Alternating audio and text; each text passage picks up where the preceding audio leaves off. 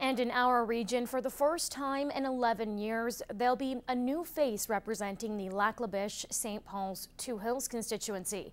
As Clayton Brown explains, in a shocking upset, Wild Rose candidate Shane Saskew defeated PC incumbent and senior cabinet minister Ray Daniluk. Ladies and gentlemen, it has been a great opportunity, and we have accomplished so much together. And let's hope that that can continue into the future. Thank you. It was an emotional evening for Ray Daniluk as the former MLA was defeated last night. Despite a disappointing loss, Daniluk stayed positive, saying the future is bright for Alberta. I'm very happy that the PCs got the result that they did. I think that's critically important because the direction that the Wild Rose was taking us very much scares me. Daniluk held 4 ministry positions in his time as MLA, most recently the Minister of Transportation. I've been very fortunate to have had the positions I have, and you know, I'm very proud of the accomplishments, not only in this constituency, but in Alberta. It was definitely a different mood at the Wild Rose headquarters as the new MLA was thrilled with the results. Our campaign team here in Lac La Biche, St. Paul, Two Hills, I think was the best in Alberta, and we worked hard throughout the entire campaign. And I do look forward as well to representing this constituency in the legislature. Being the MLA and the opposition to a majority government, Saskew knows there will be some obstacles to overcome, but says he'll be working hard. We're looking forward to holding the government to account on fiscal discipline, to get the budgets balanced, to restore these property rights, to stop these transmission lines. We tried contacting both the Liberal and NDP candidates, but were unsuccessful. In St. Paul, Clayton Brown, Newcap News.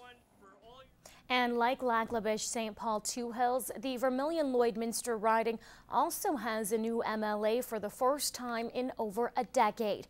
But as Kelsey Bloxham reports, the PCs continued their stranglehold of the constituency.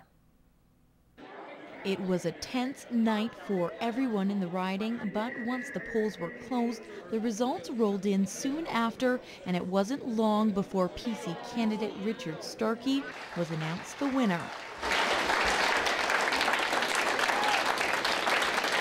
I told everybody at that time, I said that every single poll during the course of the campaign would be proven wrong.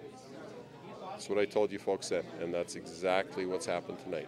During his victory speech, Starkey thanked voters for their confidence and pledged to fight for property rights and the future of the Dr. Cook Centre.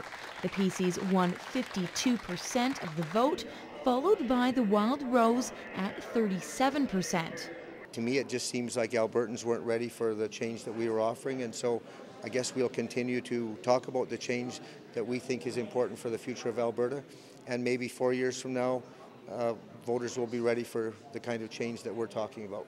Liberal Karina Gantin saw 4%, while NDP Ray Stone and independent candidate Richard Yaseko split 6% of the vote. And for Yaseko, the race was more about voicing his concerns than anything. My concerns are with Bill 2, the Education Act. My concerns are with landlord, which is Danny and the Wild Rose addressed very, very good. My concerns about a lot of red ink is going to be flowing in this province. And as for the man who looked after this constituency for so many years, a little bit of advice for the next MLA. Go with your gut and your heart, and you know, you'll know when you have to stand your ground. Voter turnout for the riding came in at 52%. Calls to Gantin and Stone were not returned. Kelsey Bloxham, Newcap News.